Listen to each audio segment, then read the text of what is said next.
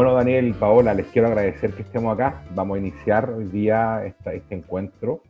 La verdad es que, bueno, muy contento porque este ciclo de la comunicación en tiempos de crisis ya lleva varias etapas, ¿cierto? Hemos pasado por varios estatus, por varias temáticas, y en algún minuto conversábamos con Paola Godoy, la directora de la carrera de Relaciones Públicas, a quien le doy la bienvenida esta noche.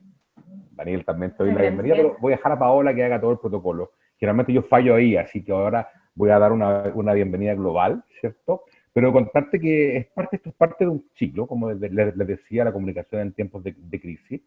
Y en algún momento le dije a Paola, conversamos, le dije, mira, tenemos que comenzar el segundo semestre arriba, porque lo terminamos arriba, tuvimos muy buenos invitados, entonces alguien que de verdad diga, bueno, partió esto con Tuti, y bueno, Daniel, eres tú ese invitado, te agradecemos Yo pensé totalmente. que iba a decir el que iba a venir no Falló. pudo, así que trajimos a Daniel en vez de ese para que empezara arriba. Y bueno, no pudo venir, bueno, pero Daniel pudo. Y yo dije, bueno, ya alcanzó Viste camino que más.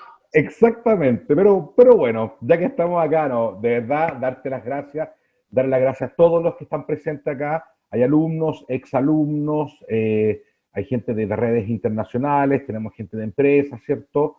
Pero para esa bienvenida acá a este ciclo de la comunicación en tiempos de crisis, de UDLA, ¿cierto? Quiero dejar a Paola Godoy para que los salude a todos y nos presente formalmente. Daniel, bienvenido a UDLA.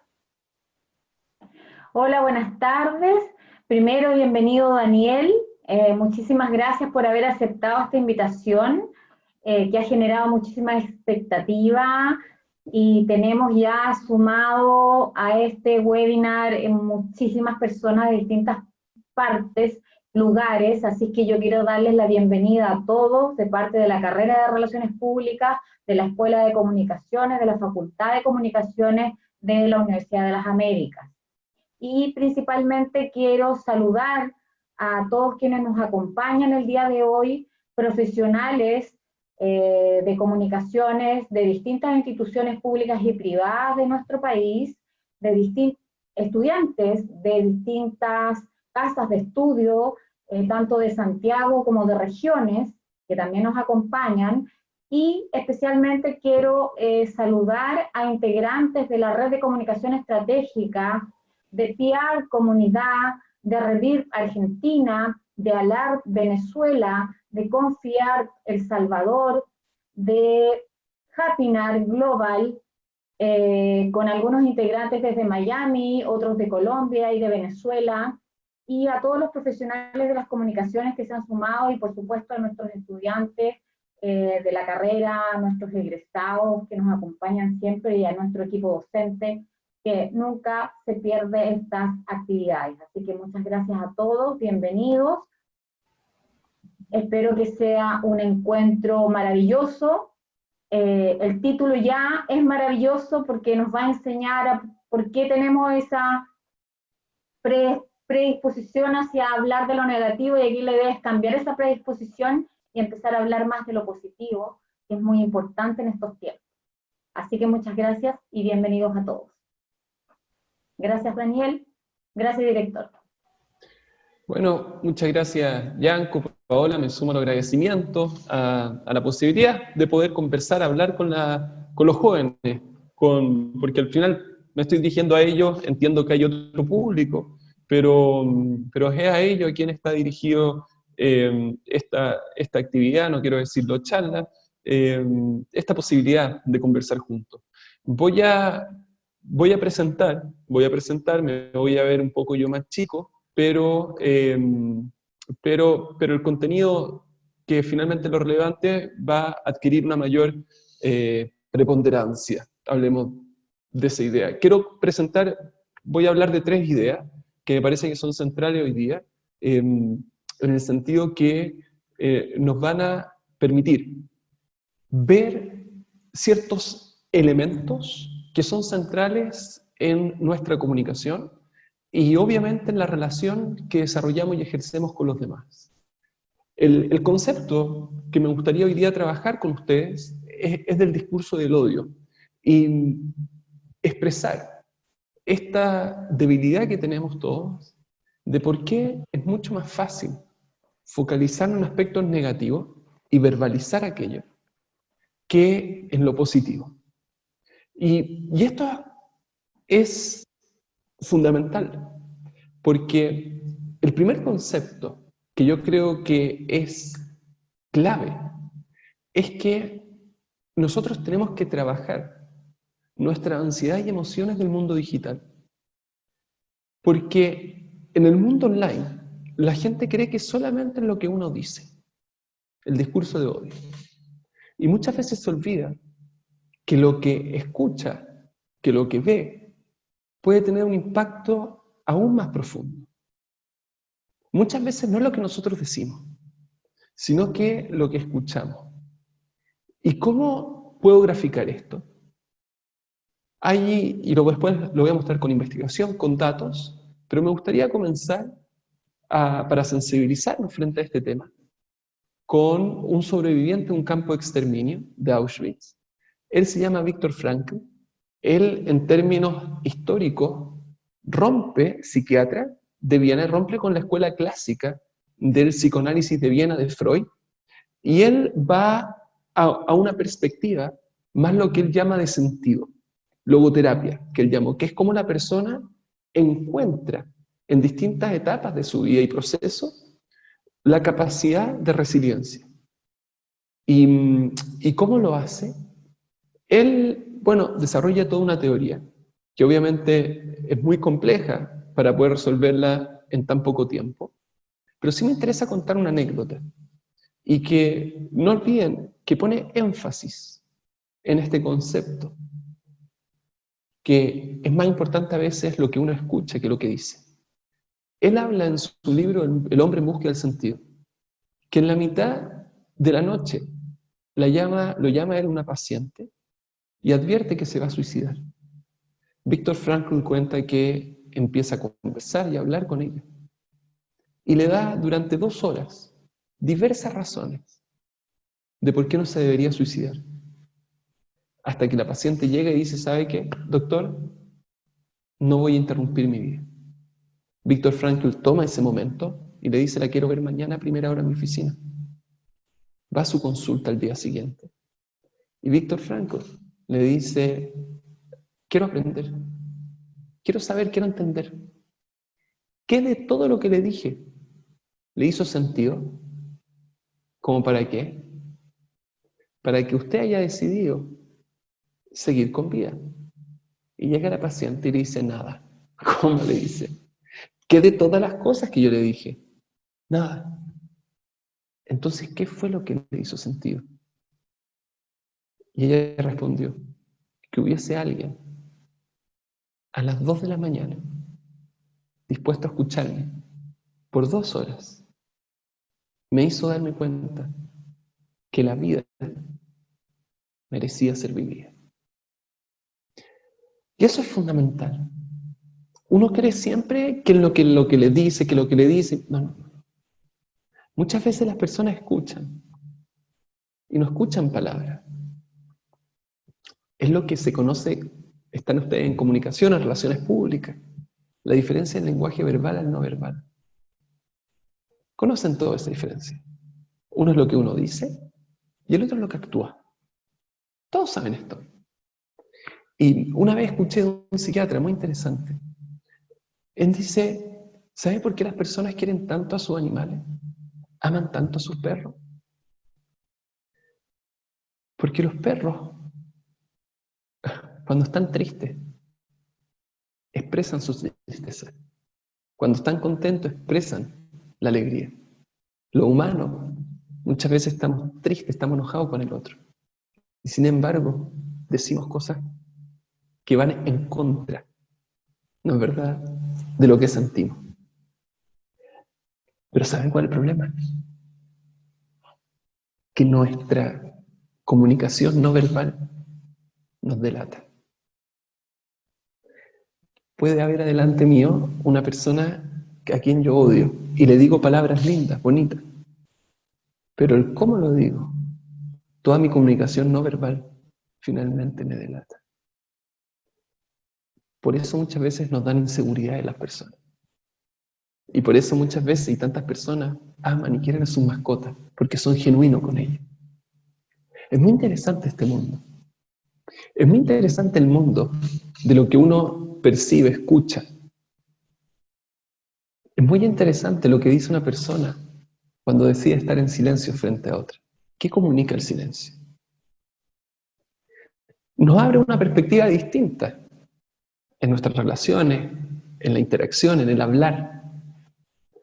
Y qué mejor que verlo con datos del impacto que tiene. Nosotros, cada 6 meses generalmente, ahora hicimos una también del COVID, pero a fines del año pasado, me refiero en diciembre del año 2019, después del estallido social, le preguntamos a más de 2.000 personas cómo utilizaban redes sociales, cuántas veces a la semana, y ustedes pueden ver ahí que los jóvenes tienen un consumo mucho mayor que los adultos de las redes sociales. Y interesantemente,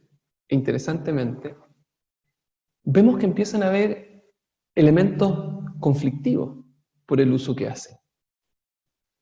Por ejemplo, que el 40% de los usuarios reporta que se ha peleado por WhatsApp a raíz del estallido social. Tremendo.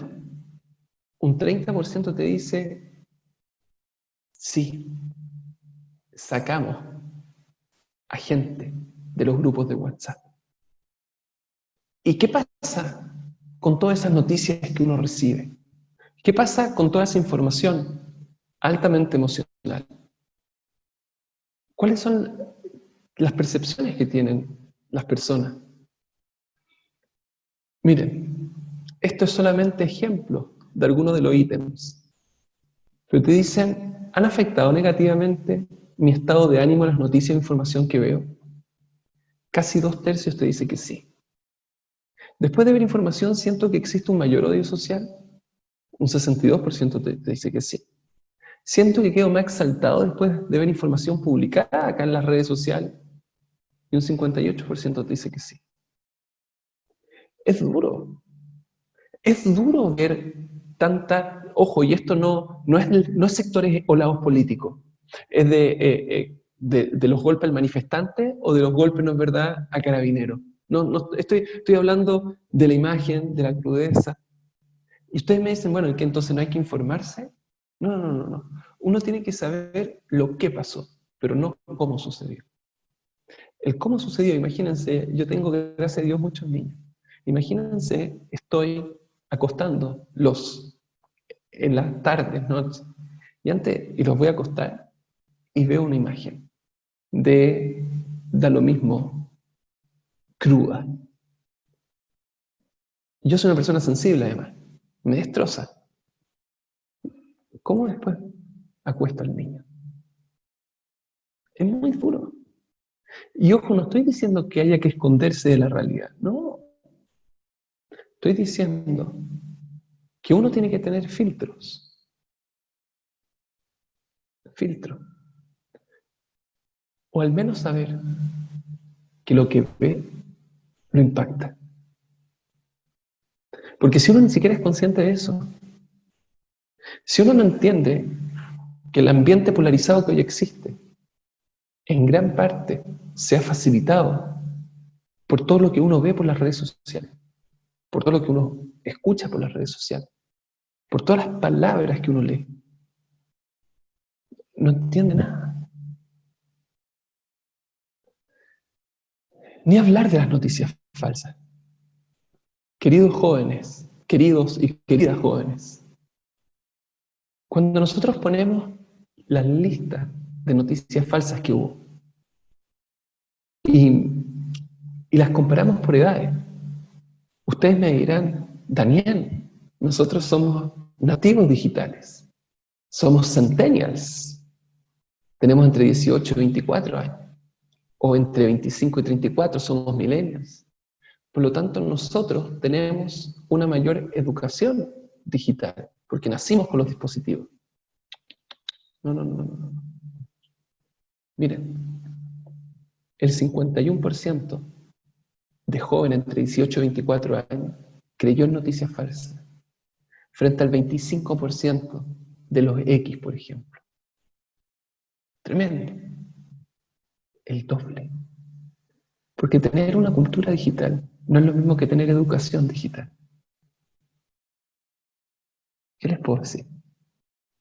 Entonces, cuando uno ve información y yo tomo decisiones en función de la información que recibo, y no solo eso, sino que además esa información afecta la relación que yo después tengo con la otra parte.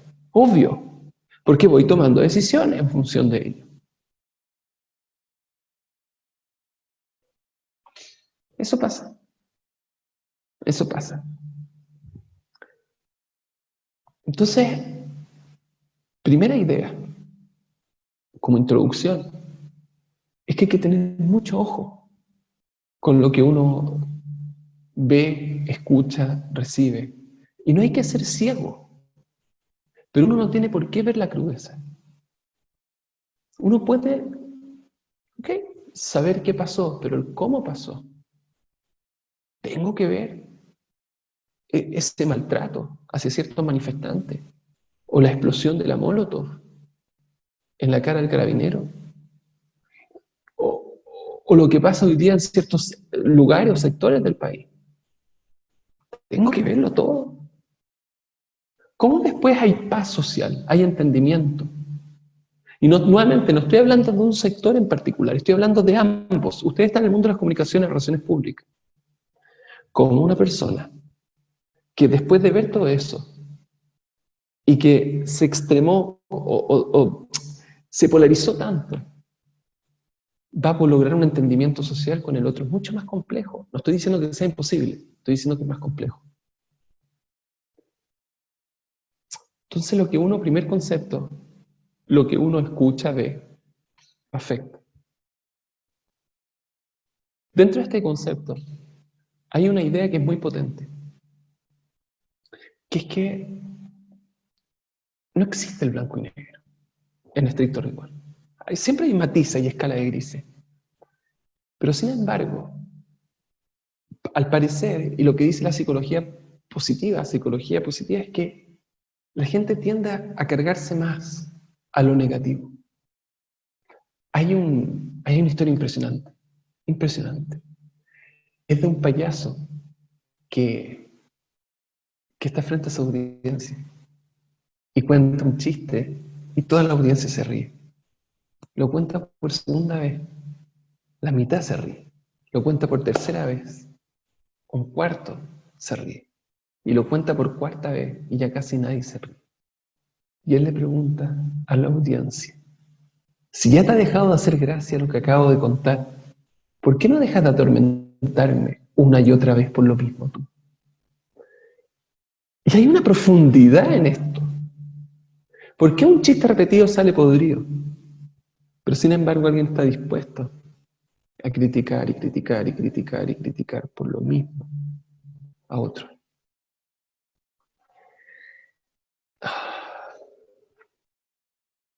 Y hay un punto que es aún más complejo. No es mío, no piensen que estas ideas son mías, pero siempre han sido preguntas que yo he tenido. Hay un libro que se llama The Power of Bad, El poder, no es verdad, de lo malo, de lo negativo, que es de un psicólogo y un comunicador, y que básicamente te explica cómo lo negativo tiene un impacto en nuestras características, en nuestra personalidad. Y él te dice, mira, lo malo tiene mucho más impacto que lo bueno en nosotros, porque le prestamos mayor atención a las malas noticias que a las buenas. La crítica nos afecta más que los elogios, se los prometo, que yo he tenido charlas donde hay 1000 personas. Y bueno, hay 1000 personas, estoy frente a 1000 personas, y de repente yo cada cierto tiempo reviso los comentarios, por ejemplo, que pone la gente en Twitter, y me sale una crítica. Y yo me voy para abajo y digo, pero espérate, las 999 personas restantes quizás pensaron que lo mío era espectacular.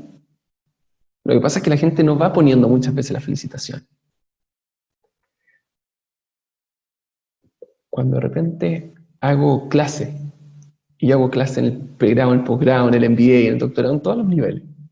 Y de repente uno ve la encuesta de evaluación docente y tiene, les prometo, puedo tener 30 encuestas, 50 encuestas. Pucha, qué bueno, qué bueno, qué bueno. Y hay una, me cagó el peor profesor, nunca. Y me bajo, pero espérate un minuto. Ustedes saben que hay arqueros que ganan millones de dólares. Millones de dólares. Y los que tienen mayor efectividad en penales, por ejemplo, en menos de la mitad. Es decir, le hacen la mayoría de los goles y aún así ganan millones de dólares. Es tan ridículo pensar que tenemos que ser como perfectos.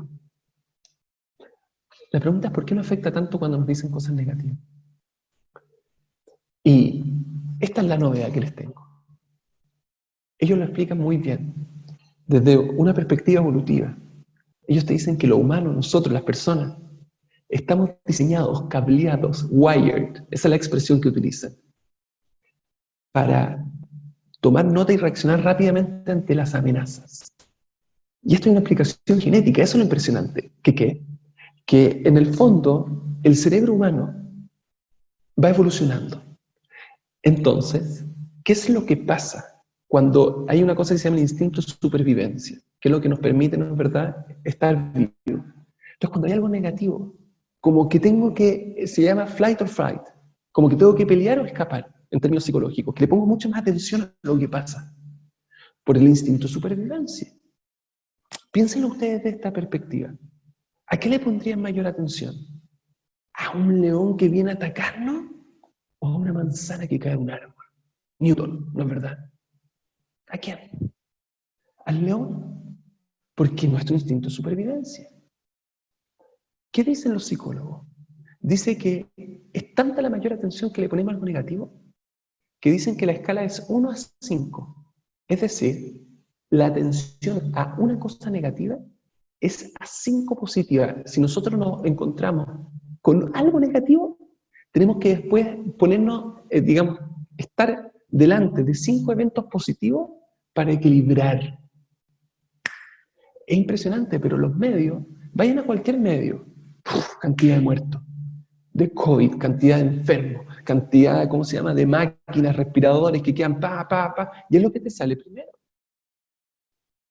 Y está bien, y ustedes dicen, pero Daniel, ¿por qué no pondrán la cantidad de personas que se han mejorado? O que ya salieron, o que están... ¿Por qué no vende? Porque nosotros estamos cableados, wire, para poner mayor atención a lo negativo. Y lo hacemos público. Imagínense, yo antes de la pandemia, del corona, tenía que viajar 2 veces a la semana, por lo menos, a regiones. Y una de las cosas que me pasaba, hacer charlas, actividades, colegios, es que las maletas me llegaban el 99% de las veces. 99,99, 95%. Pero ¿qué es lo increíble? Que casi nadie pone unas felicitaciones. Pero cuando en un 1% o en un 0,01% no te llegan, uno sí pone el reclamo. Entonces, nosotros estamos cableados y le damos mayor significancia a los eventos negativos. Y hay que entender que uno tiene que hacer un esfuerzo para exponerse a eventos positivos y de esa forma poder balancear ese aspecto. Imagínense, de 40 o 50 pruebas, ¿cómo se llama?, de evaluación docente, todas espectaculares, una negativa y me puede matar la tarde. ¿Y qué? ¿Soy mejor que los arqueros? A los arqueros le meten más de la mitad de los goles penales y aún así ganan millones de dólares. Y así en todos los deportes, y así en todas las cosas. El problema no es ese. El problema es que nosotros nos fijamos en los goles que nos metieron.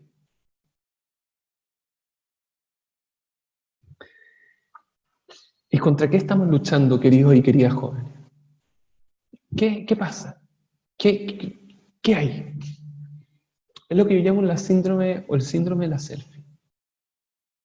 Que es que esto es mucho más complejo, porque cuando la gente se autopromociona, consideran que ellos están al medio de todo, da lo mismo lo que hay atrás, no le quise acá traer, pero hay fotos, no sé, de sacando una selfie en un funeral, con mi abuela difunta atrás, porque lo importante soy yo, hay un yoísmo, yo estoy, da lo mismo lo que pasa atrás, dejó de ser relevante, la cantidad de muertos que han habido sacándose selfie, la cantidad de que se inventaron estas GoPro, estas máquinas para hacer deporte, o sea, cámaras para hacer deporte extremo. ¿Cómo ha aumentado con 400% la cantidad de muertos? ¿Por qué? Porque yo siempre quiero estar yo, más arriba, ahora que lo puedo grabar, lo puedo mostrar. Entonces, hay 4 problemas que esto trae y van a entender el link entre este aspecto que es fundamental, que se llama el hablar mal, con esta característica tan propia de nosotros como sociedad y de los jóvenes quizá en particular, de la autopromoción de la selfie. ¿Cuál es el primer elemento? Y voy a hacer hincapié y les voy a pedir que si es que de algo, porque muchas veces nosotros vamos a lugares y nos entran unas cosas por acá y nos salen, pero si hay algo que se queden de todo esto, es una palabra, se llama empatía. ¿Qué es lo primero que hay acá?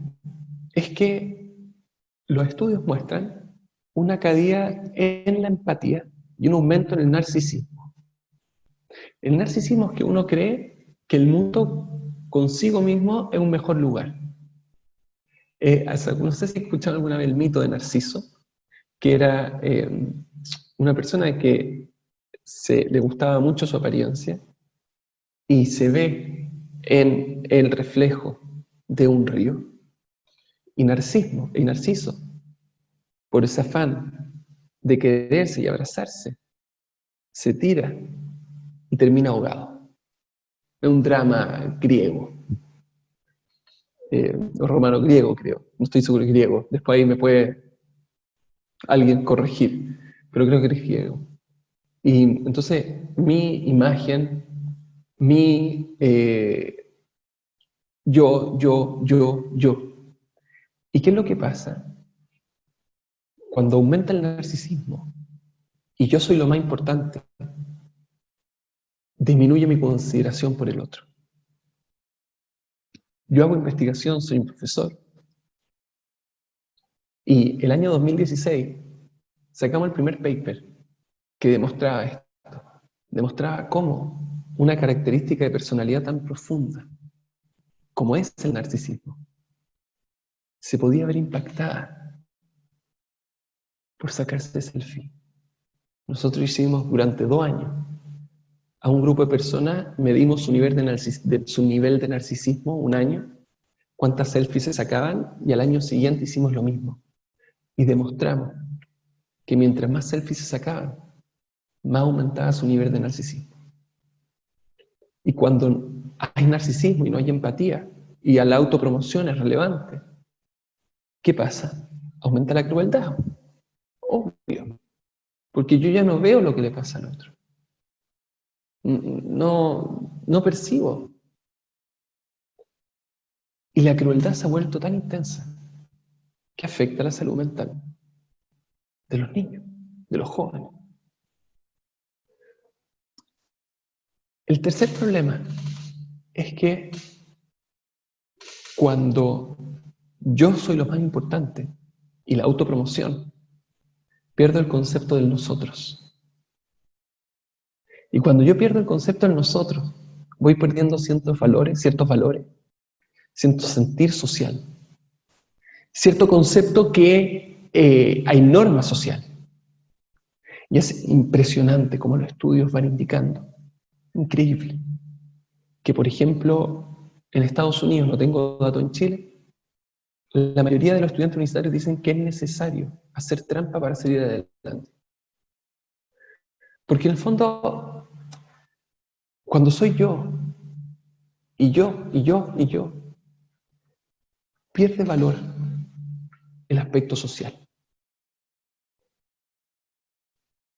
¿Y qué es lo que pasa? Cuando yo soy lo más importante, cuando lo que dicen de mí en redes sociales es todo, cuando me perjudica que alguien no hable o no me ponga likes o me gusta o ponga comentarios negativos, empieza a sufrir las personas. Mentalmente estoy hablando, emocionalmente. Y la gente entra en un modo de supervivencia, porque se siente amenazada.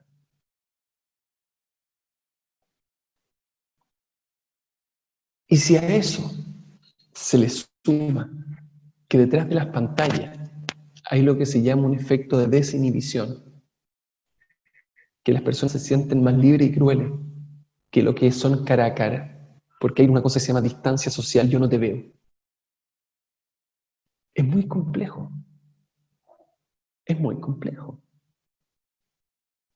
Porque no tengo empatía, porque además me separa, porque además me atrevo, porque además creo que en esta cosa que me desinhibo, que no veo lo que le pasa al otro. Es una mezcla perfecta. Metieron muchas cosas a la juguera y salió esto. Les dije, querido y querida joven, si algo se pueden llevar de acá, es la relevancia que tiene el concepto de empatía. Y yo no soy lo suficientemente bueno para hablar sobre eso. Por lo tanto, voy a ponerle a distintos próceres que a través de historias, anécdotas, les van a mostrar y relevar y revelar también la relevancia del término. Él se llama Martin Seligman, es el padre de la psicología positiva. Y él cuenta una historia increíble.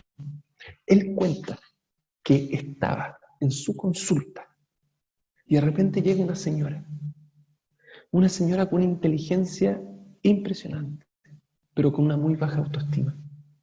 Ella tenía problemas con su padre.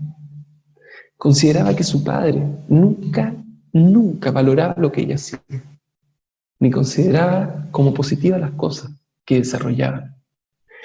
Y Seligman le dice que tiene que urgente mejorar la relación con su papá para poder superar todas estas trabas. Y le recomienda que vaya a hacer un viaje, una actividad. Dice, anda a alguna parte, algo que les gusta a los dos. Pasan 10 años. 10 años. Entre eso que le recomendó Seligman y que la paciente regresó a su consulta. Después de 10 años, la paciente regresó. Le dijo, doctor, yo a usted lo odié. Doctor Seligman le dice, usted quizás no se acuerda de mí, pero yo soy tanto y tanto. Y vine acá a decirle, ¿y qué pasó?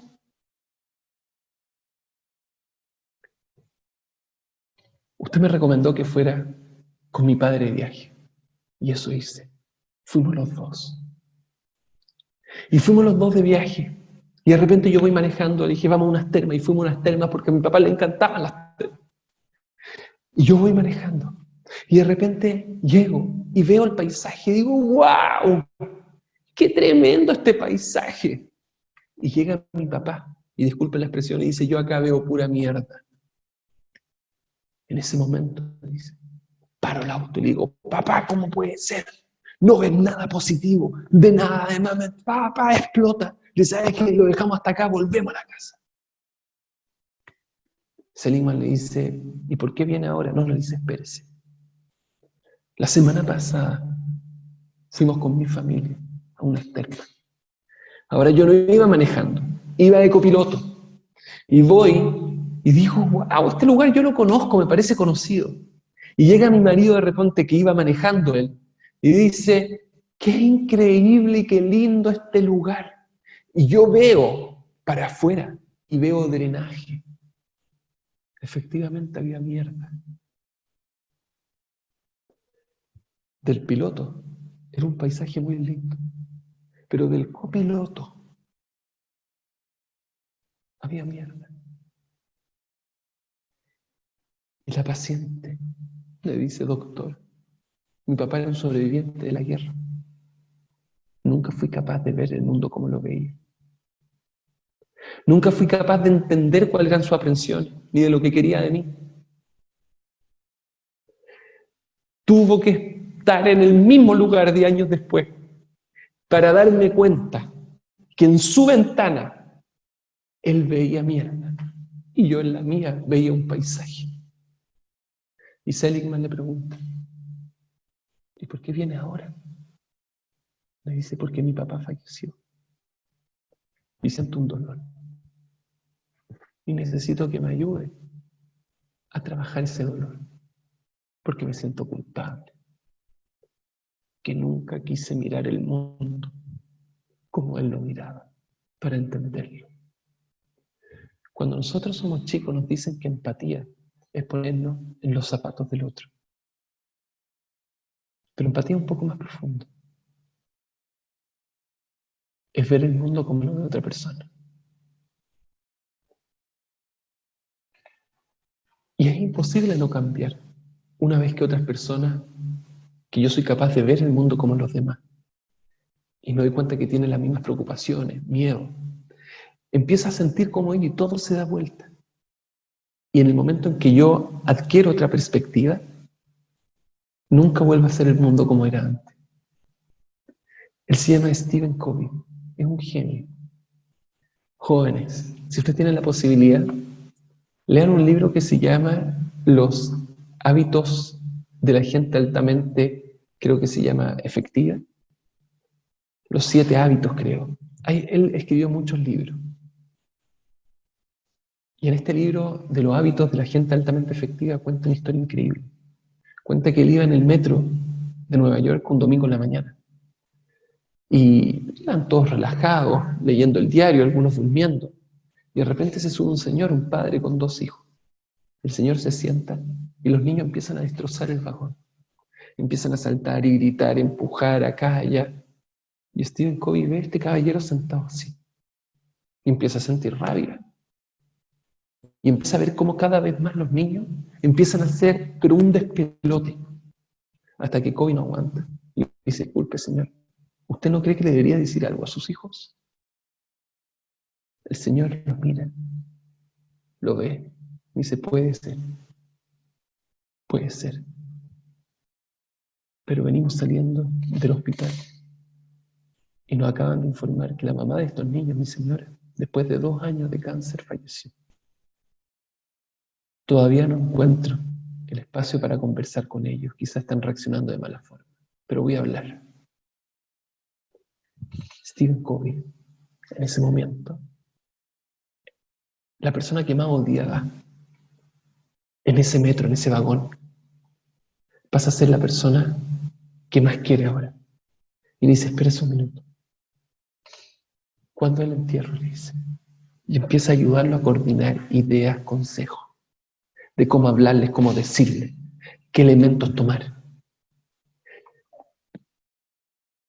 Y lo trata de ayudar con un amor, dice, porque me puse en su lugar.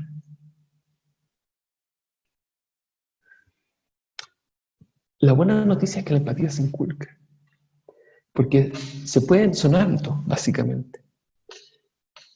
La empatía sienta las bases para una verdad esencial. Todos somos seres humanos que compartimos los mismos temores y preocupaciones y que merecemos ser tratados con dignidad. Porque es fácil hablar de la dignidad. Lo que es difícil es ver el mundo como el otro para entender lo que es la dignidad. Escuchen esto para que entiendan el punto anterior. En la Universidad de Pittsburgh, el jefe de psiquiatría se llama Abraham Tversky. Y él, en el área del psiquiátrico, él está en adicciones, pero cuenta una experiencia impresionante. Él estaba haciéndole un tour a los estudiantes de medicina que ya eran médicos, digamos, y que estaban estudiando la especialidad de psiquiatría. No sé si ustedes saben, pero en los psiquiátricos hay distintos trastornos. Están los mesiánicos, los napoleónicos. Y bueno, y él les va mostrando las distintas, ¿no es verdad?, de estos trastornos. Y de repente ven a uno, los estudiantes, a uno de estos personajes, que estaba así. No sé si se alcanza a ver, pero con sus manos hacia arriba en el cielo. Uno de los estudiantes le dice, doctor Tversky, ¿qué es esto? Y le dice, no lo sabemos. Él se levanta y está con sus manos así, todo el día, hasta que se duerme. Hay que ponerle pañales, qué sé yo. Y llega un estudiante y le dice, ¿may I? ¿Puedo yo? ¿Cómo puedo tratar? Sí, le dice, adelante. Y va el estudiante, que estaba empezando a hacer su beca en psiquiatría, y se pone al lado. Y se pone al lado de él así. Este tipo lo mira, el otro lo ve así, baja sus manos y se va caminando. El director de psiquiatría, con más de 40 años de experiencia, no podía creer. Y le pregunta al estudiante, ¿qué viste? ¿Qué hiciste? Dice, muy fácil. Yo sentí que esta persona estaba sosteniendo el mundo y que si no era por él, se caía. Por lo tanto, me puse al lado y puse mis manos para sostenerlo también. ¿Por qué? Porque cuando yo tengo un problema y viene otra persona y lo comparte conmigo, ya no es mi problema, es nuestro problema. Y se entra una relación absolutamente distinta. Es impresionante cómo la empatía promueve la bondad, los comportamientos prosociales, el coraje moral y obviamente un antídoto para todo lo que es el bullying y el ciberbullying. Pero lo más interesante es que la empatía es un predictor también positivo de los puntajes de las pruebas de lectura y matemática y de las habilidades de pensamiento crítico. Y prepara a los niños para el mundo laboral. ¿Por qué? Porque le da la perspectiva de ver como el otro. Le da la posibilidad de entender el mundo como los demás. Y eso es tan valioso. No es casualidad que las principales revistas del mundo, en el área de gestión y economía, hayan puesto la empatía como uno de los ingredientes esenciales para el éxito del liderazgo y el desempeño. Y si ustedes quieren hacer doble clic en algo, les cuento yo también mi propia experiencia. El año pasado iba corriendo hacia una reunión que tenía en Alonso de Córdoba, al frente de la Pumanque. Tenía una reunión en esos edificios lindos, preciosos, Alonso de Córdoba, y cuando uno sale, venía del centro, y cuando uno sale del metro Manquehue, hay una calle que se llama O'Connell, que conecta básicamente Manquehue con Alonso de Córdoba. Ahí hay una cerrajería, que es la que ustedes ven ahí. Yo voy saliendo, iba apurado, tenía que estar a las 4, me habían quedado 2-3 minutos para llegar a las 4, y de repente escucho a alguien que dice, disculpe, ¿dónde está la cerrajería? Y yo le dije, ahí. Me dice, ¿a dónde? Y yo le digo, ahí. Me dice, ¿a dónde? Y yo pensé que me está molestando, y digo, ahí, ¿acaso no ve? Y se saca los lentes. Y dice, no, soy no vidente. Me quería morir. Me acerco, lo tomo de la mano. Y le digo, no se preocupe, yo lo llevo. Y me hace así. No necesito que me lleven. Guíeme. La segunda. Señor, mire, sigue caminando. Yo creo que son como 20 grados a la izquierda, le digo. Unos 20-30 pasos. Va a encontrar que hay 2 puertas. La que la tiene abierta es la cerrajería. ¿Por qué le estoy contando esto? Porque todos tenemos puntos ciegos. Gracias a Dios, yo, gran parte de ustedes, podemos ver. Pero el hecho de que podamos ver no significa que no tengamos puntos ciegos. Y que muchas veces no seamos capaces de tomar la perspectiva o ver al otro.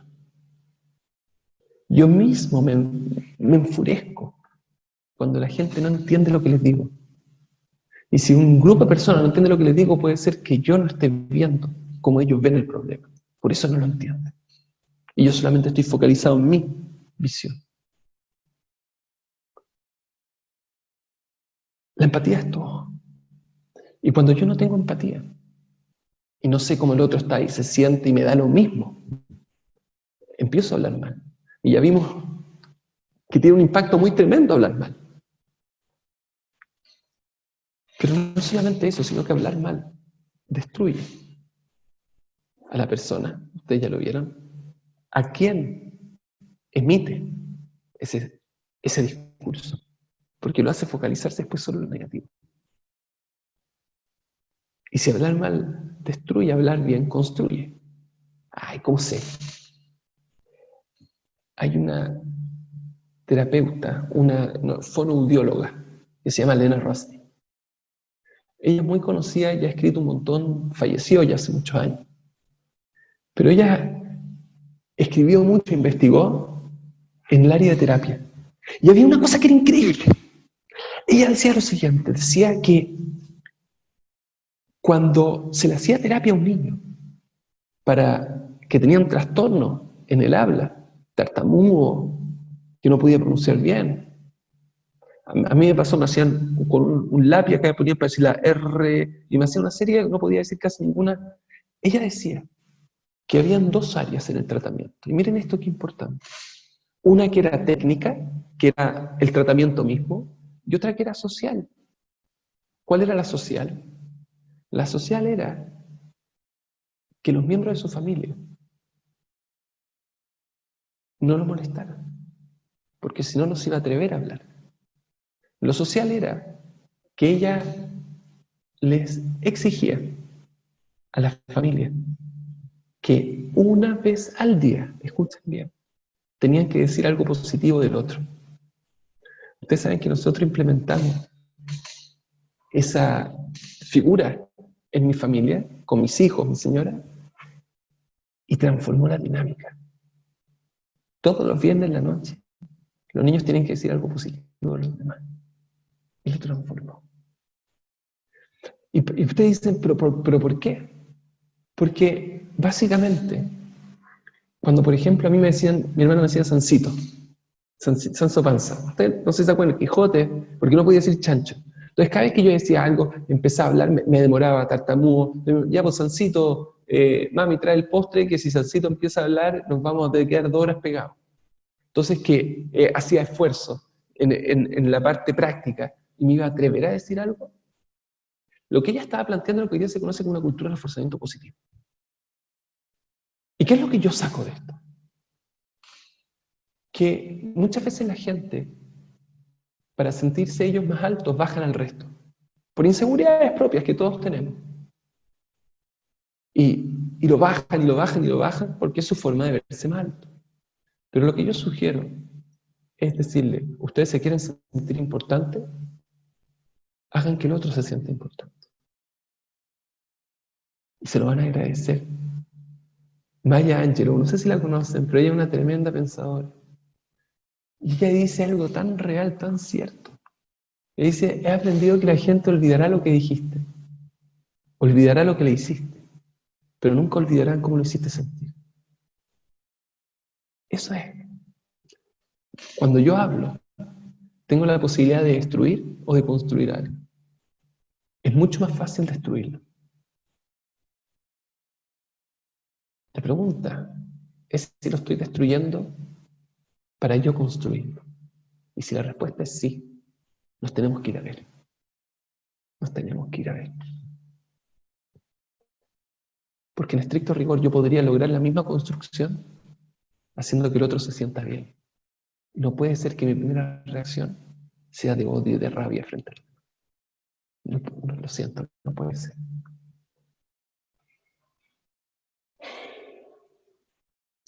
Primera idea. Segunda idea que me gustaría conversar con ustedes. El tema de la funa. Hace un tiempo fui a un colegio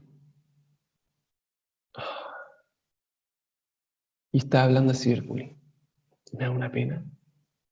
Y aparece una niña, estaba, no me acuerdo si en octavo o en primero medio, y me muestra sus marcas, me dice que se había tratado de suicidar. Y le pregunto si quiere conversar, y me dice sí, que por favor, que necesita. Y me dice que, le pregunto por qué. Y me dice porque, bueno, porque le sacaron un video y una foto íntimo y lo hicieron público.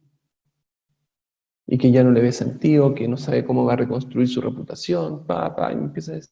Yo le digo, mira, el tiempo borra todo. Y le empiezo a hablar cosas que me han pasado a mí, lo difícil, pum, pum. Y me dice, profesor, usted no entiende.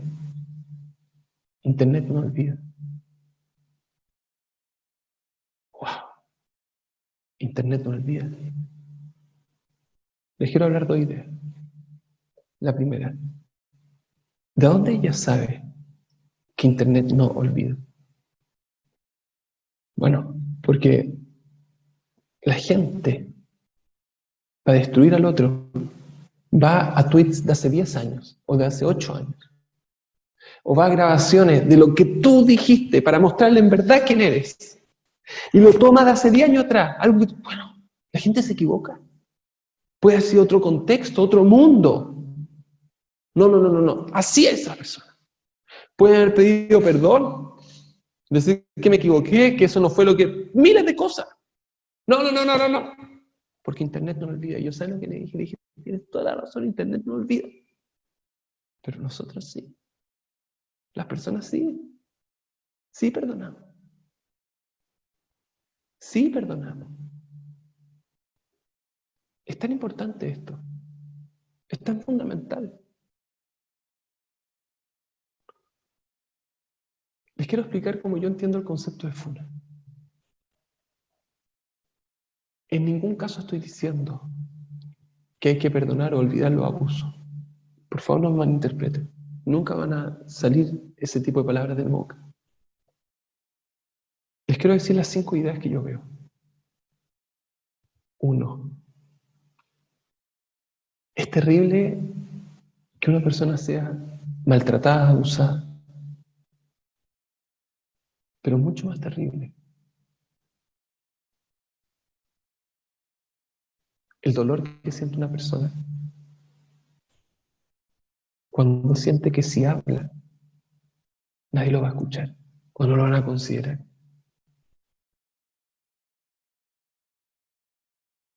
Entonces llega, ¿y qué es lo que hace esa persona? Destruye a todas las redes sociales. No estoy justificándola, estoy explicando el fenómeno. Por lo tanto, ¿qué es lo que nosotros tenemos que hacer?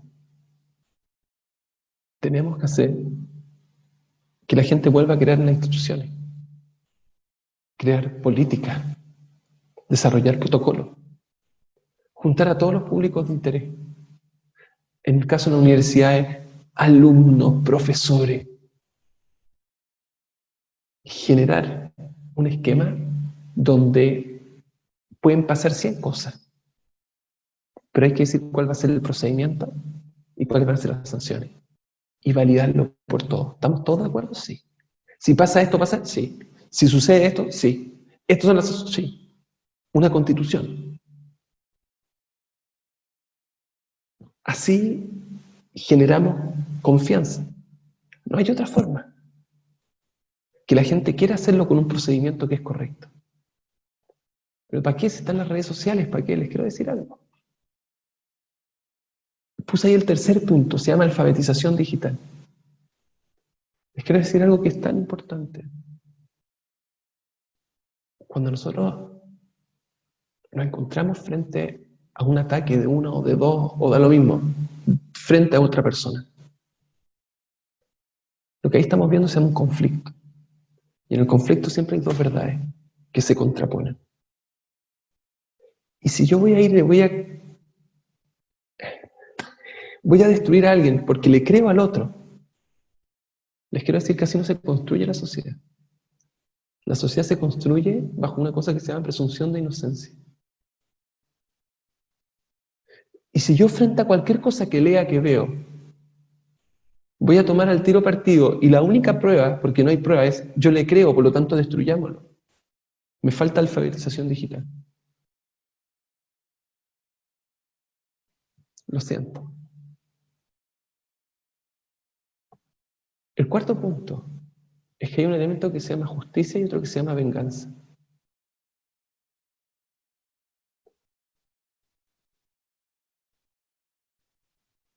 Si lo que me mueve a mí, después de un evento que yo escuché, que vi, que no me consta, pero le creo,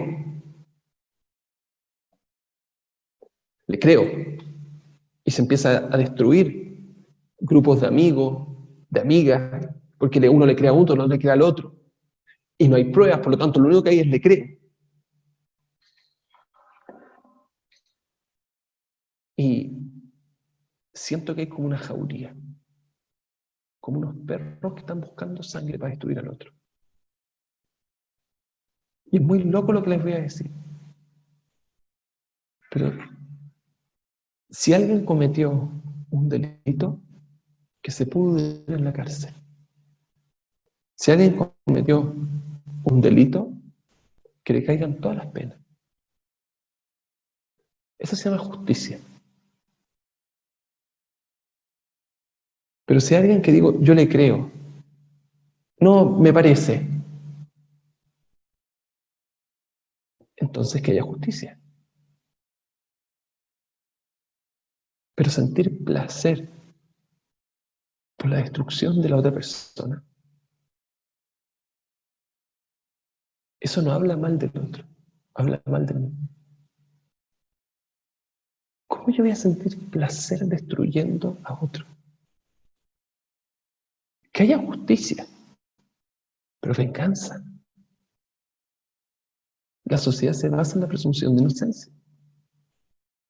Y que estén los jueces que dictaminen que si hay delito, que lo destruyan, pero con justicia, no con mi venganza. Y el último punto es que lamentablemente, y ha pasado en mi universidad, han habido muchísima acusación. A una incluso le costó,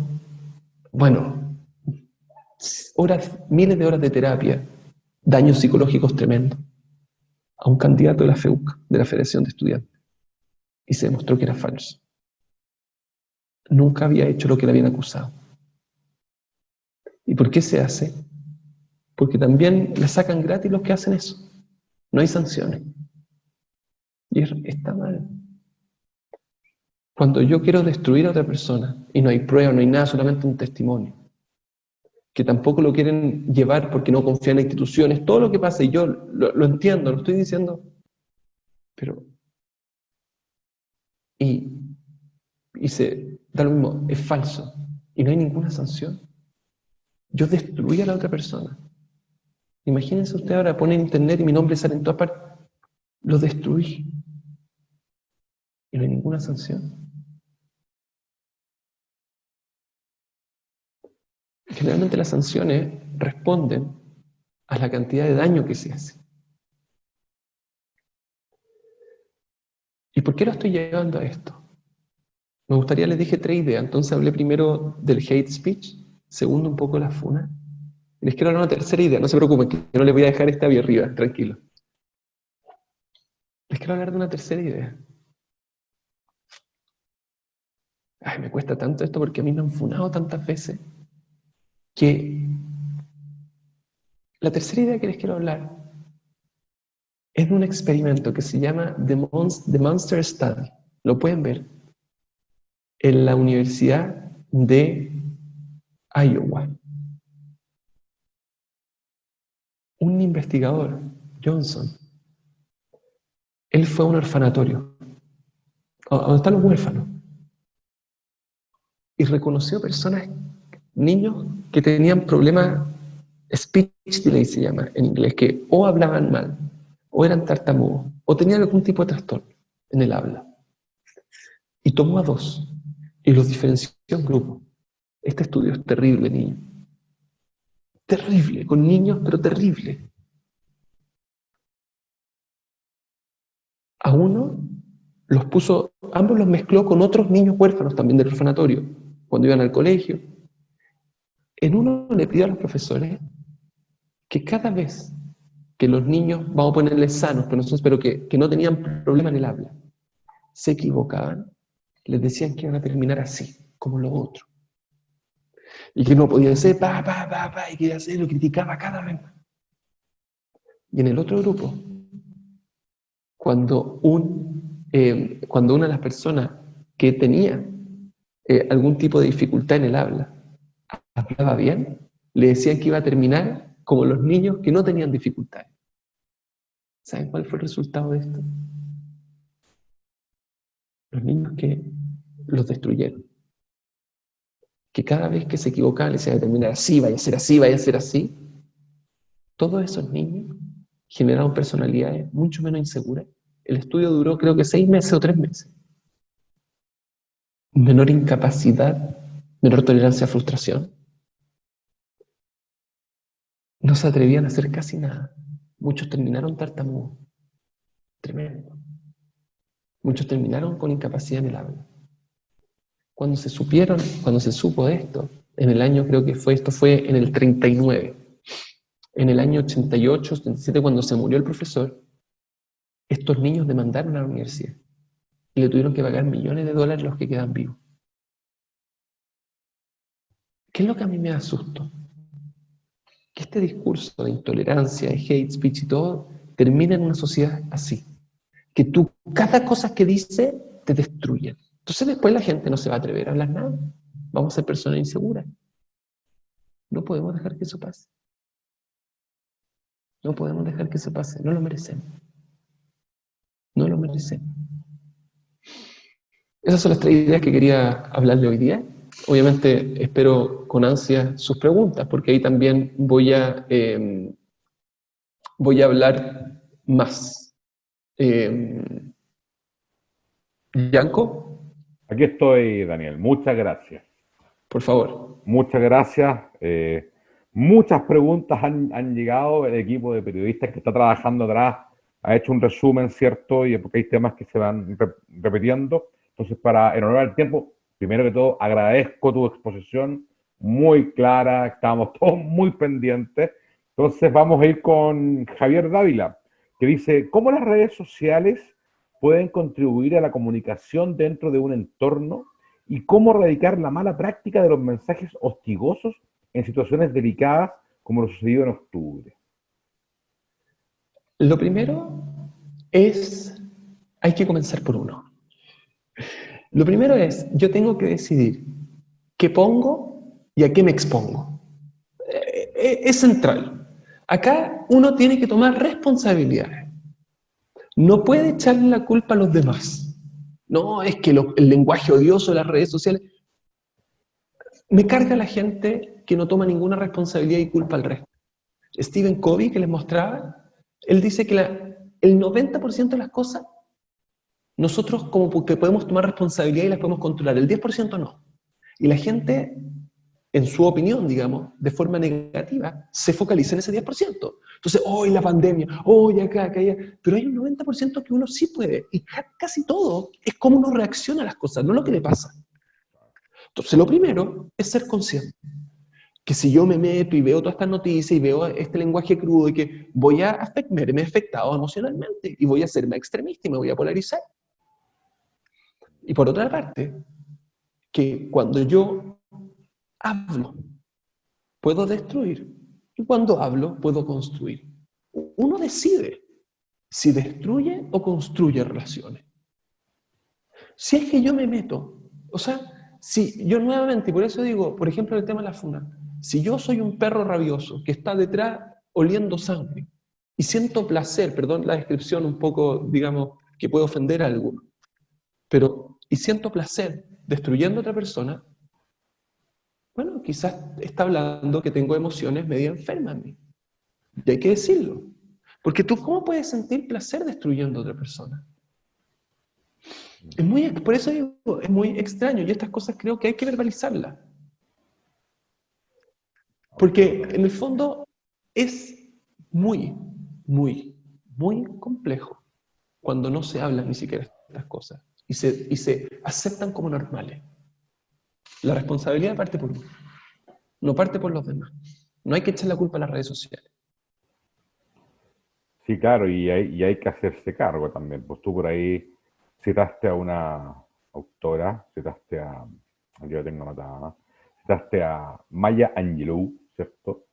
Y no encuentro toda la razón. O sea, finalmente nos vamos a olvidar de lo que se dijo, de lo que se hizo, pero tenemos que tener súper claro que cuando hacemos sentir algo a alguien, ese algo no se va a olvidar nunca. El sentimiento va a estar, entonces, como comunicadores debemos ser responsables de lo que estamos haciendo. Así es. Otra pregunta, Daniel. Dice, ¿cómo las redes sociales pueden aportar a la buena comunicación en una organización? A ver, yo creo mucho en ese concepto, que es que ¿quién es finalmente la persona respetada? Aquel que respeta a los demás. Yo creo que las redes sociales son una tremenda oportunidad, pero tremenda, tremenda, tremenda, de conexión, de descubrimiento, de obtención de nuevo conocimiento, de recursos, de ver lo que está haciendo el otro. O sea, es impresionante el potencial que tiene, como lo tiene Internet. Y por eso se me destruye el corazón cuando, con todo ese potencial y todo lo increíble, de repente veo que hay jóvenes que están como tirados en la casa, perdiendo el tiempo, todo el rato en las redes o en el teléfono. ¿Cómo con todo el potencial que hay, uno decide estar echado viendo, como pastando, como una vaca? Mm, ¿Cómo? ¿Cómo? ¿Cómo? Cuando, miren, les quiero contar algo. Desde que empezó esta pandemia yo dije, no voy a ser víctima. No me voy a victimizar. Voy a ser un agente de cambio. Y empecé a sacar manuales, cómo trabajar a distancia manteniendo la cercanía, cómo estudiar a distancia manteniendo la cercanía, cómo ahora estamos sacando uno de liderazgo, después vamos a sacar uno que se llama de Digital Detox, de desintoxicación digital. Hace 2 semanas yo tomé una decisión, quizás una de las decisiones más valientes que tomé. Le pedí permiso a mi empleador, a la Universidad Católica y a otras personas con las que trabajo. Y dije que me quería ir al hemisferio norte. Ahora yo tengo, ustedes son las 20:45, para mí son las 3:45 de la mañana. Y me vine al hemisferio norte porque dije, quiero aprender los modelos híbridos de educación. Acá entraron el 1 de septiembre a clase y dije, quiero aprenderlo para llevarlo a Chile en marzo. Importar cómo va a ser el modelo en los colegios cuando la mitad entra, la otra mitad no entra. Y dije, no voy a ser una víctima, voy a tomar un rol activo. Quiero ser un embajador de optimismo. Ay, queréis poco empático con lo que le pasa a los demás. No estáis sufriendo con el resto. Lo apoyo todo lo que tengo que apoyar, pero me preocupo desde una perspectiva positiva de educación, de desarrollar herramientas para que la gente esté mejor. Pero no soy una víctima de las circunstancias. Y yo creo que ese es el mensaje más importante. Uno no es una víctima. Siempre no puede controlar lo que pasa, pero siempre puede controlar cómo reacciona a eso que pasa. Y eso yo considero que es central. desde ahí mismo. Y tú decías, ¿cómo lo grafica esto positivo en redes sociales? Bueno, por las últimas 3 semanas no he podido, pero yo empecé a hacer live, ¿no es verdad?, en Instagram, por ejemplo. Hablando de estas cosas, mucha gente lo reclama, en @Dani Halpern, Dani D-A-N-I, como Halpern, no Y, sino que I normal, latina, o sea, da lo mismo, la chiquitita con punto, y, y ya. Y uno, si tiene un discurso positivo, las redes sociales lo necesitan. Y ya. Toda la razón. Sí, y Perdona. hay un tema, que tiene que ver con lo que estás hablando y una pregunta que en el fondo es mía, que tiene que ver ahora con ¿Qué pasa con este afán de hablar positivo, ¿cierto? De construir, cuando hoy día más que nunca existe el temor o el acecho de la funa inventada, o hoy día estamos en un mundo binario donde si no estás con A es porque estás con B, en el fondo no existe un punto intermedio. ¿Tú has sabido de estudios? ¿Qué está pasando con los comunicadores finalmente, con los administradores, con la gente común? Porque hoy día está el miedo instalado en el discurso. Es buena pregunta. A ver, yo, yo lo único que sé frente a esta realidad es que uno tiene que ser embajador de optimismo. Y te van a atacar por lo que uno diga o no diga. Pero me da la impresión a mí que si uno siempre es respetuoso con los demás, siempre los mira a los ojos, y no, una vez mi papá me dijo, y esto se aplica a todo, me dijo, mira hijo, te van a gritar judío culiao. Porque la gente grita o maricón culiao, o zurdo culiao, o facho culiao, da lo mismo. Y me dice, pero cuando te griten, no agaches la cabeza, levántala. No peguí, no hagáis, para que cuando te griten de vuelta, te tengan que mirar hacia arriba. Y yo creo que una enseñanza más potente que he tenido. Porque nos van a gritar cosas, nos van a decir cosas. ¿Es qué hacemos? ¿Es qué hacemos frente a eso que nos van a gritar? Sabemos que nos van a gritar. Claro. Pero si uno sigue haciendo lo que hace, con entereza, con altura de mira, con respeto, con optimismo, es así. Es así. Mira, ¿Qué vas a hacer? el tema de lo bueno y lo malo causó mucho efecto en los públicos, en los que nos están mirando hoy día. Por ejemplo, Beatriz Botero pregunta, ¿cómo controlar y contribuir organizacionalmente para impedir que siempre todo lo que se hace sea visto como malo? O sea, porque hay un miedo a la percepción negativa, increíble. A ver, nosotros tenemos una tendencia a interpretar lo que dijo o hizo el otro de forma negativa. Y eso lo expliqué, ¿no es verdad? Porque nos llama mayor la atención, estamos wired, nuestro cerebro está cableado para eso. Por lo tanto, ¿en qué uno tiene que trabajarse? Uno tiene que trabajarse en tratar de entender, interpretar y hacer un esfuerzo por entender las cosas de forma positiva. Miren que... olvidé el ejemplo que les quería decir. Pero... discúlpame, Yanko. No te La hora preocupes. acá me está quizás pasando la cuenta, pero quería plantearle. Ya no me voy a acordar. No me voy a acordar de lo que les quería decir, del ejemplo que les quería poner. Pero, el esfuerzo que tiene que hacer es de siempre dar el beneficio a la duda al otro, tratar de entender que lo que dijo no tiene por qué ser negativo, que quizás uno entendió mal, puede ser que no se puso en la perspectiva de la otra persona, pero básicamente,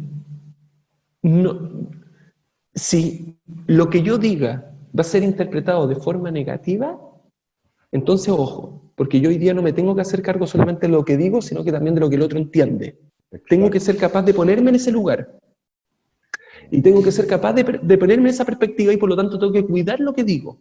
Y es una responsabilidad mía lo que sale de mi boca. Si es que yo sé que lo van a interpretar mal, tengo que protegerme y que cuidarme.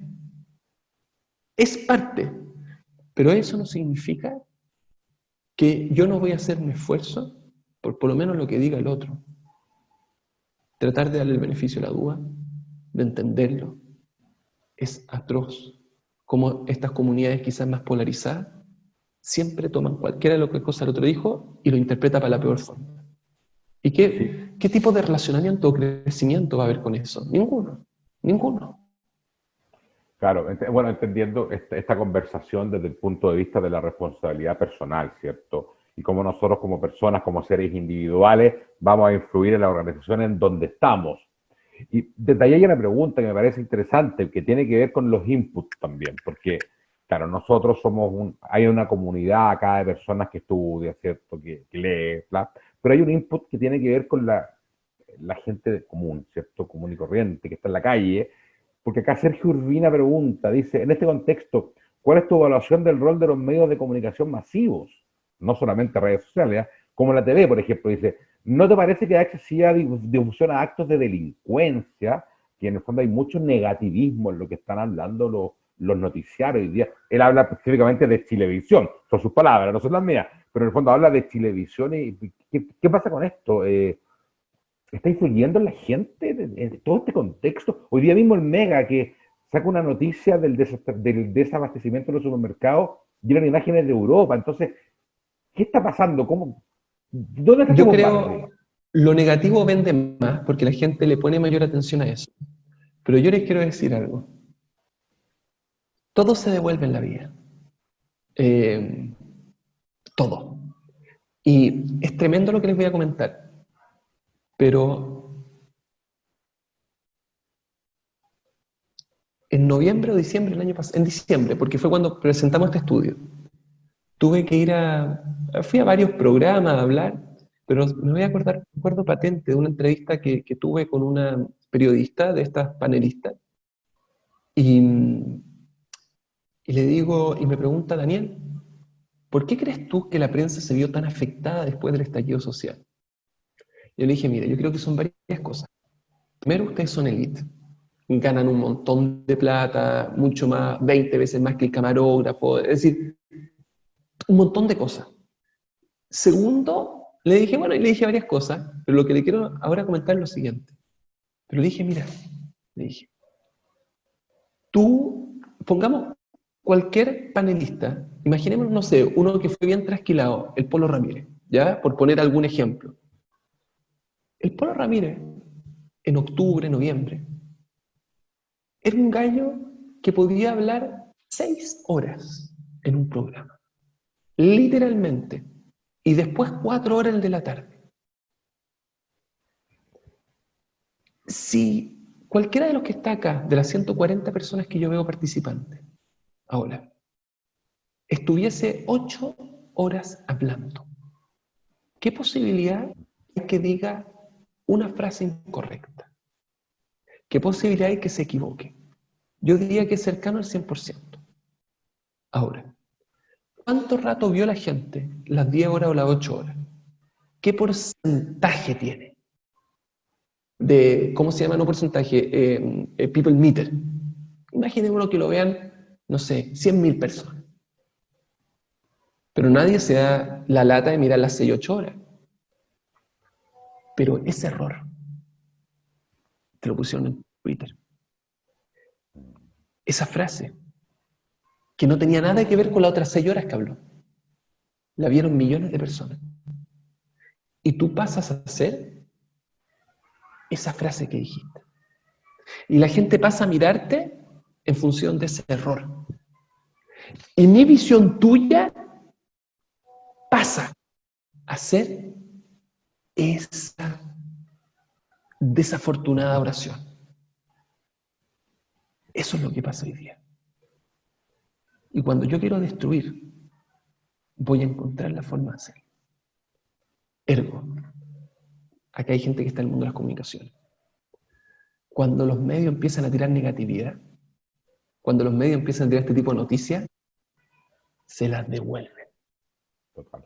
A la gente que está ahí, se las devuelven. ¿A ti te gusta tirar mala onda? Yo siempre he visto eso. Siempre.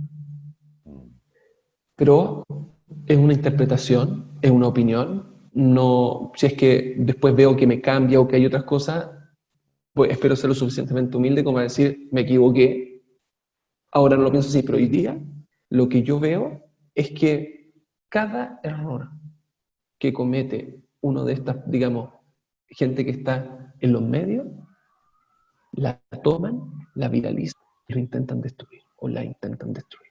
Eso es lo que yo veo.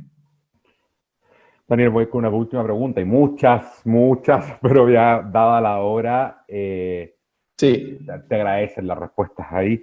Un comentario, la verdad, una percepción. Estoy leyendo muchos de chat, hay estudiantes de psicología, gente del mundo de las comunicaciones, gente del mundo de la educación, y hay un factor común denominador en los comentarios, y que yo lo comparto 100%, es que hoy día no podemos desmarcarnos de la emoción en todo lo que estamos haciendo cuando hacemos comunicación. Yo creo que ese es un temón. Y por ahí preguntan, ¿qué opinas tú si debiésemos, las políticas públicas, Chile, el gobierno, el Estado, debiese tener la educación emocional en el fondo como tema hoy día? Porque de verdad que no nos podemos descolgar de ese maravilloso punto, y que tiene que ver además con lo que tú hablaste en tu charla todo el rato. Mira, es tan importante esto que como que a nosotros, principalmente, por ejemplo, los hombres, nos enseñaron como boys don't cry. No, como que los niños no lloran, ¿ah? Y como que está mal visto que una persona, que un hombre, sobre todo, como que llore. No llore. Entonces, siempre, principalmente, nuevamente, los hombres, desde una cultura, no es verdad, quizás más machista, estoy hablando hace 30, 40 años atrás, como ojalá desentenderte un poco de tu emoción y ser más racional. Pero ¿qué es lo que pasa? Hoy día hay mucha gente que está enojada, y tienen razón de estar enojada. ¿Por qué? Porque una persona se enoja, quiere lograr un objetivo, y sale una persona que se le impide una situación, pucha, yo quería lograr esto y no pude, entonces me enojo. ¿Y qué es lo que pasa cuando uno está enojado? Bueno, está pateando la perra. Alguien llega y te dice algo y tú le respondís mal, o te agarras a combo. La gente está enojada. Lo malo no es enojarse, es normal enojarse. Lo terrible es que yo no sea capaz de reconocer esa emoción. ¿Y por qué no soy capaz de reconocer esa emoción? Porque no puedo verbalizar lo que me pasa. ¿Y qué es lo que me pasa? Uno cree que, bueno, si no lo verbalizo no es tan grave. ¡Mentira! Uno puede no escucharse, pero el cuerpo siempre lo escucha. El cuerpo, uno puede hacerse el sordo a todas las emociones, pero el cuerpo siempre escucha. Y ahí empiezan los estrés, las licencias, la importancia que tiene de verbalizar las emociones. Primero aprender a reconocerlas, lo que se llama la alfabetización emocional.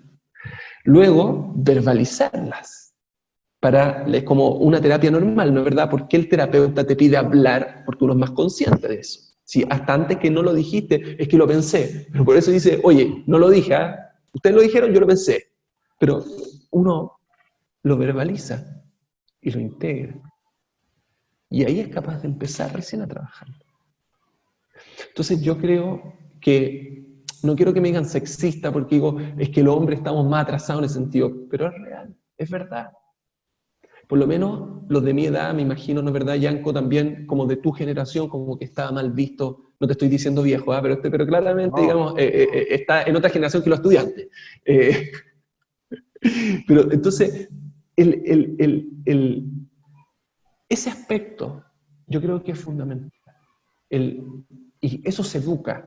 Yo a mi hijo, no sé, les digo, por ejemplo, hay ejercicio. ¿Por qué crees que esa persona está enojada? O cuando él mismo, ¿qué te pasa? Le digo, ¿qué te pasa? ¿Por qué crees que está enojado? ¿Cómo lo podemos resolver? Verbalizar lo que siente para poder tomar acciones. Porque uno puede no escuchar, pero el cuerpo siempre escucha. Absolutamente, el cuerpo siempre escucha. Daniel, te agradezco infinitamente esta oportunidad de conversar contigo, de escucharte. El chat está en llamas, ¿cierto? Con felicitaciones, con agradecimientos. Y nada, por las puertas abiertas de esta escuela, de esta universidad, para cuando quieras.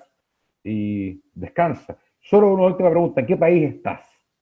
Traté de ir primero entre Estados Unidos, en el área de San Francisco, y también en Israel hay un área que se llama que se llama el Silicon Valley, que es similar al Silicon Valley, pero acá con la tecnología, Y bueno, San Francisco estaba muy difícil el ingreso, acá logré entrar, nos vinimos con la familia, así que también los niños van a tener la posibilidad de estar en el colegio acá, están en un colegio de inglés, el hebreo no es su lengua como es materna, entonces es más complejo, el inglés también, pero bueno, es un desafío familiar, es un desafío profesional.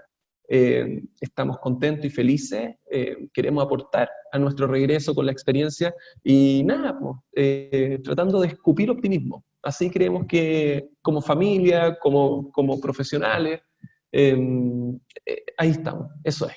Buenísimo, Eso. un gran abrazo, felicitaciones, que estén muy bien. Gracias a todos y a todas las presentes. Sí, ¿no? Y a los que participaron, a los que pusieron, obviamente no puedo, pero veo que ahí que el chat, hay muchos, no puedo ver el chat, pero veo que hay muchos, a todos los que se dieron el tiempo de escribir, de agradecer. Yo soy una persona creyente, entonces les digo a todos los que me han deseado éxito y todas las cosas, y a los que no también, que también lo tenga para ustedes, que tengan bendiciones. Y bueno, es un placer y un éxito poder haber compartido esta oportunidad. Así que muchos cariños para todos. Igualmente descansa, Daniel, que estén muy bien. Chao, chao. Nos Chao. vemos. Chao para todos.